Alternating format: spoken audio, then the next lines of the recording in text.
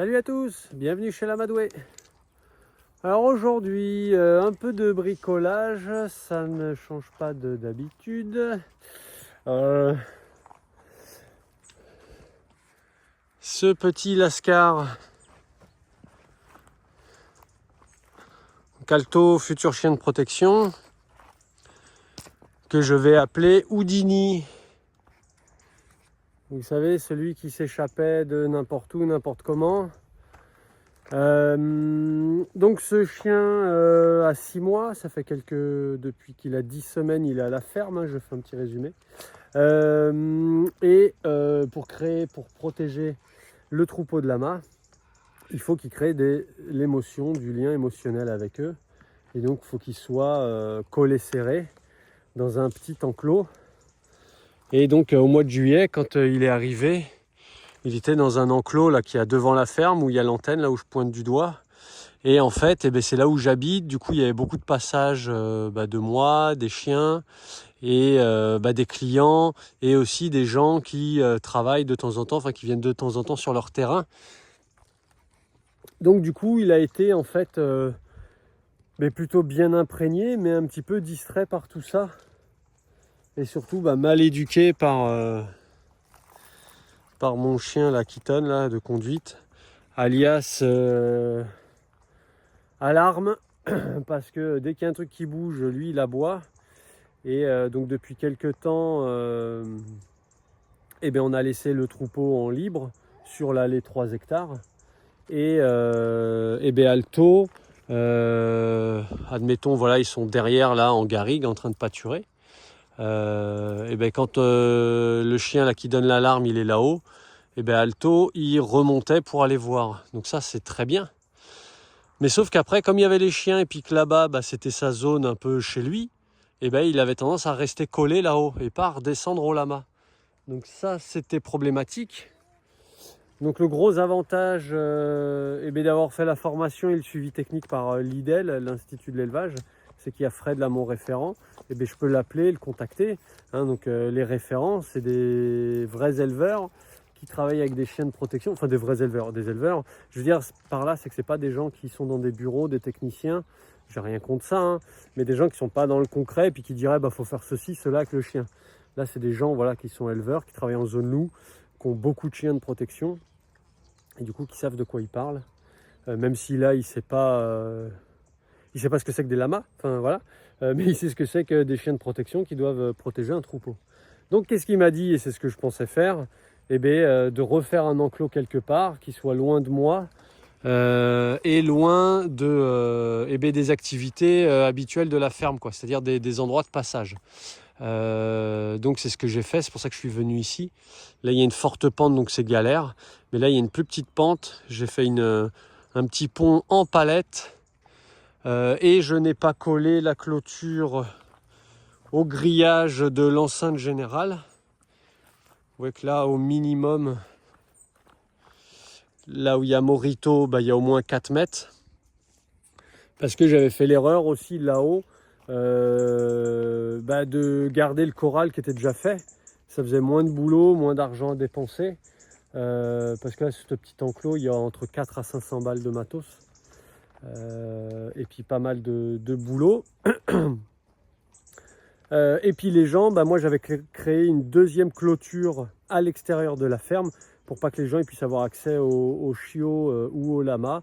Et clairement, un petit coup de gueule, il y a des gens qui n'avaient rien à branler, quoi. Je parle cru, mais il faut dire les mots comme ils sont. Il y a vraiment des connards et des connasses, parce que c'est pas qu'une histoire de mecs, qui voulaient des papouilles, papouiller du chien ou du lama, et qui marchaient sur la clôture, qui passaient les bras à travers, défonçaient la clôture, pour essayer de papouiller le chien ou donner à manger au lama, quoi. Donc déjà, une ferme, c'est pas un zoo, donc que les gens passent, prennent une photo, qu'ils soient contents, c'est génial. Mais il faut quand même respecter le travail des autres, quoi. Bref, du coup, pour éviter tout ça, j'ai recréé un enclos ici, mais sauf que Houdini, au début, là, il arrivait à escalader le grillage et à sortir, parce que dès que lui donne un peu trop l'alerte, surtout quand il venait ici, ça incitait, ça montait le chiot en pression et ça l'incitait à sortir. Et là, il commence à sortir par là. Donc malgré beaucoup de caillasses que j'ai mis, donc là avec mon fiston, on a été récolté. Alors c'est bien, c'est qu'ici ça pousse facilement les pierres. Donc on a été en récolté dans les arbres, n'est-ce pas? Et ben on va en remettre ici. Parce qu'il y a des endroits, bah, c'était voilà, empierré, on va dire léger. Et puis il y a des endroits où c'est, vous voyez par rapport à ma main, c'est empierré assez gros quoi. Donc voilà par rapport à ça. Et donc j'avais pas mal aussi, j'avais empierré là très gros au niveau de la porte d'entrée. Parce que bah, là aussi il était passé une ou deux fois. Donc j'ai mis des trucs gigantesques. Et j'arrive à coincer le grillage là par en dessous. Enfin bref. Je vais leur ouvrir, comme ça ils vont aller sortir un peu. De toute façon l'idée c'est que ce soit le chien surtout qui sont enfermés avec eux. Mais pas qu'eux ils soient enfermés tout seuls, sans chien.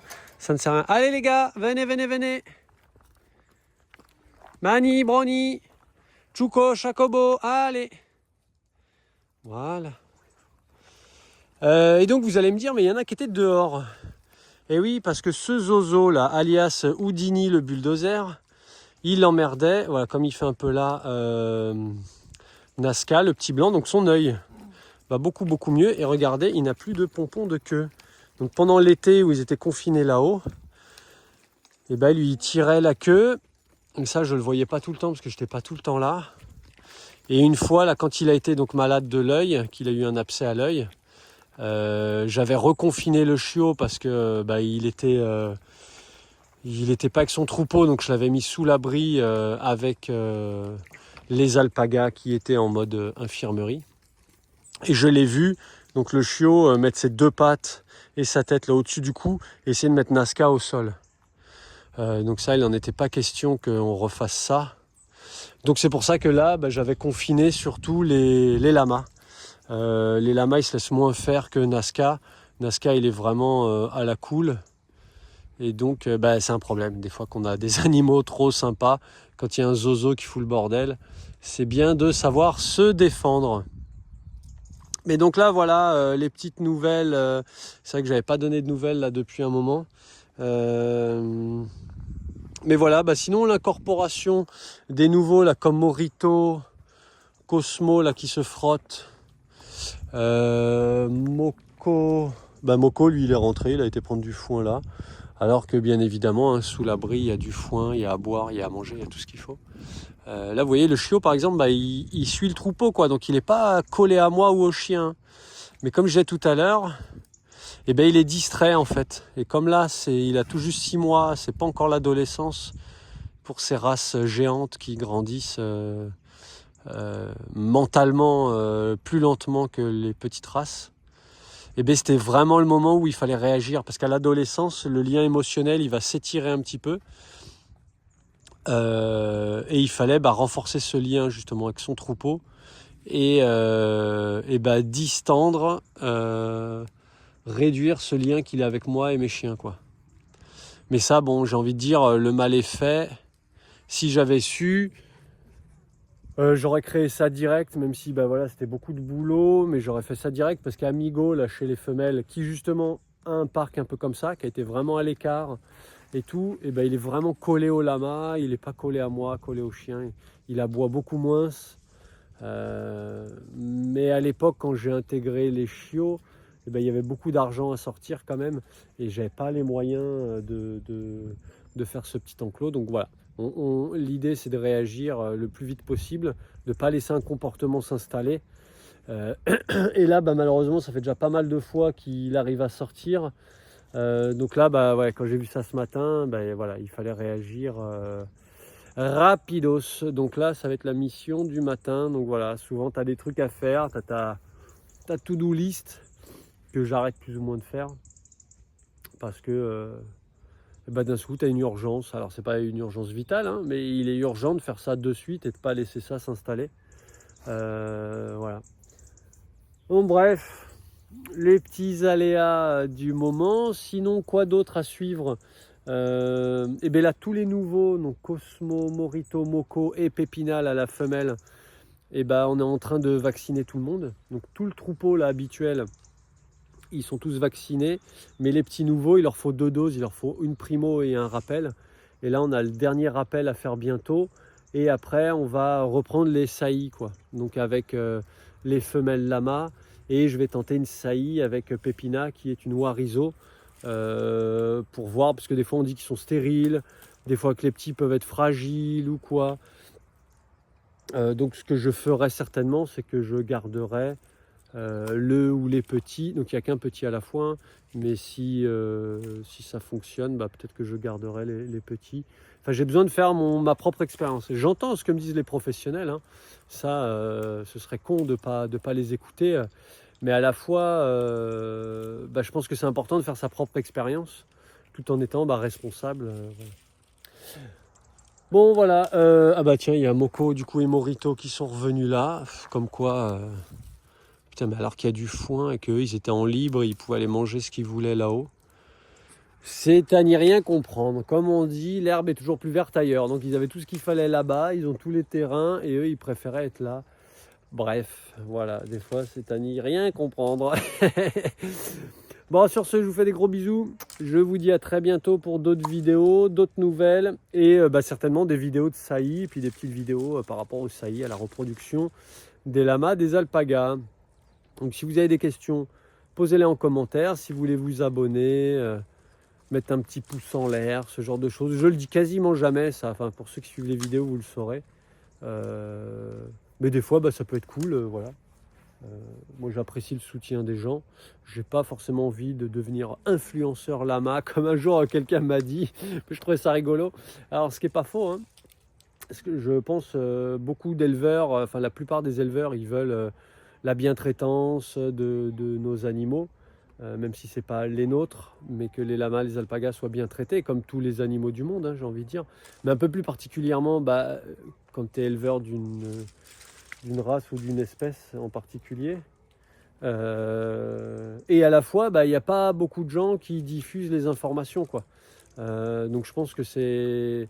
Voilà, moi j'essaie de faire ma part à mon niveau, à la fois de diffuser des informations, de recueillir des loulous qui sont pas bien traités ou qui sont en recherche d'une famille. Je pense que c'est important là aussi. Je pense qu'on a tous une responsabilité là-dedans quand on est éleveur. Alors que ce soit éleveur je dis n'importe quoi, de malinois, hein. Il y a qui de mieux qu'un éleveur de malinois qui connaît les malinois et qui peut aller récupérer et recadrer des malinois, quoi. Parce que les malinois, comme n'importe quelle espèce race de chien, ont leurs codes sociaux un peu à eux. Et surtout quand tu es éleveur, tu connais très très bien les individus, c'est-à-dire qu'est-ce qui est de la race et qu'est-ce qui est de l'individu. Et je pense qu'on a tous un rôle à jouer là-dedans, les éleveurs, donc comme je dis au sens large, hein, d'avoir des fois un devoir de récupérer des animaux qui ne sont pas bien traités, parce qu'on en a tous autour de chez nous en fait. Et par rapport à ça, il y a une asso qui est en train de se créer, mais je vous ferai une vidéo spécialement là-dessus que vous pourrez partager et tout, qui sera pour une fois, je l'espère, un peu courte, qui puisse être diffusée largement. Donc par rapport à une association de protection animale au niveau des lamas, des alpagas. Voilà, je vous fais un petit peu de teasing. Oh, je m'étire, putain, ça fait du bien. Voilà, allez, je vous fais des gros bisous. J'arrête là-dessus. Voilà, chacun fait ce qu'il peut, comme il peut, hein. Je juge pas les gens, hein. J'émets juste une hypothèse et je partage juste que moi, ce que j'ai dans le cœur, quoi, hein. Voilà, pour moi, ça me paraît vraiment essentiel à la fois d'essayer de diffuser des informations pour que les gens puissent être un peu mieux informés et puis pouvoir, voilà, commencer un cursus de formation éventuellement. Et puis sensibiliser aussi les éleveurs, quoi. Je termine la parenthèse là-dessus, mais je pense que les éleveurs, on ne devrait jamais vendre d'animaux qui puissent se reproduire, enfin au moins déjà au niveau des mâles, de castrer systématiquement un mâle avant qu'on le vende. Et il devrait, pour moi, à mon sens, hein, en France, y avoir une loi comme quoi il n'y a que les éleveurs qui puissent faire reproduire des animaux. Tu ne devrais même pas pouvoir donner une portée de chaton ou quoi. C'est soit c'est ta chatte, t'en es responsable, voilà, donc tu l'as fait stériliser si tu veux pas de petits, et voilà quoi. Comme ça limiterait beaucoup de dérives de surpopulation animale, de refuges complètement saturés, et beaucoup de maltraitance, quoi. Voilà, et comme ça, on pourrait contrôler un peu plus les éleveurs et leur travail pour garantir des animaux en bonne santé, que les tests de santé soient faits, etc., les génétiques, etc., etc. Bref, j'arrête là-dessus parce que c'est un gros sujet, mais on a le droit de débattre et voilà, d'émettre des idées. Moi, c'est avec grand plaisir. Allez, je vous fais des gros bisous. Je vous dis à très bientôt pour d'autres vidéos et certainement des nouvelles de la future association et des saillies. Allez, ciao, ciao.